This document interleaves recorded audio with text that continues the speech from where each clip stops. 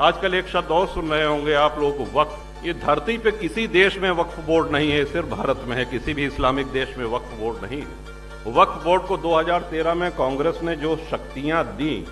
नमस्कार, मैं रंजीत चौहान, आप देख रहे हैं न्यूज़7 मीडिया। वक्फ बोर्ड पर भाजपा का हमला लगातार जारी है। वक्फ बोर्ड पर लगातार भाजपा हमलावर है। भाजपा कई सारे सवाल खड़े कर रही है, लेकिन अब भाजपा के अलावा हिंदुस्तान के बाहुबलियों में से एक राजा भैया ने भी वक्फ बोर्ड पर बड़ा बवाल छेड़ दिया है।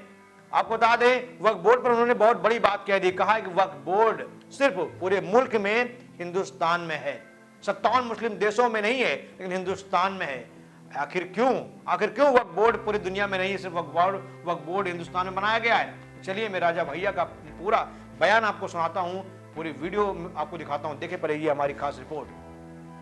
जनसत्ता दल लोकतांत्रिक के मुखिया राजा भैया ने अपने संबोधन में कहा कि दुनिया के किसी भी इस्लामिक देश में वक्फ बोर्ड नहीं है, सिर्फ भारत में ही है। आगे कहा कि वक्फ बोर्ड का निर्णय वक्फ की अदालत ही करेगी।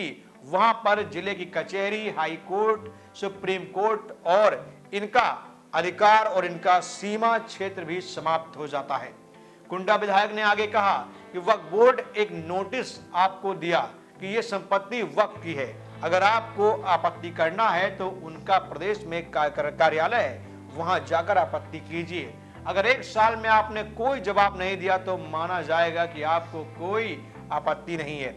आपका घर, आपका गांव, आपकी जमीन सब वक्फ की है, वो वक्फ की संपत्ति घोषित की जाएगी। ये लिखा पढ़ी में है। आज इसके पक्ष में मतदान भी कराया जा रहा है। मौलाना लोग इसमें मोबाइल के माध्यम से इसमें मतदान भी करा रहे हैं। राजा भैया ने आगे कहा कि इसमें हम सबको मुखर होना चाहिए। उन्होंने कहा कि राष्ट्र सुरक्षा का दायित्व सिर्फ राजनेताओं का नहीं है। अगर आज हमारे नेता ये कठिन निर्णय ले रहे हैं तो उन्हें प्रोत्साहित करने की आवश्यकता है। आज हम जितने महापुरुषों को नमन करते हैं, उन्होंने कभी अपने लिए लड़ाई नहीं लड़ी। उन्होंने देश की रक्षा, संस्कृति की रक्षा के लिए लड़ाई लड़ी। अकबर की दी ग्रेट की वजह से एक साथ 16,000 माताएं अग्निकुंड में कूदकर अपनी जान दे दी।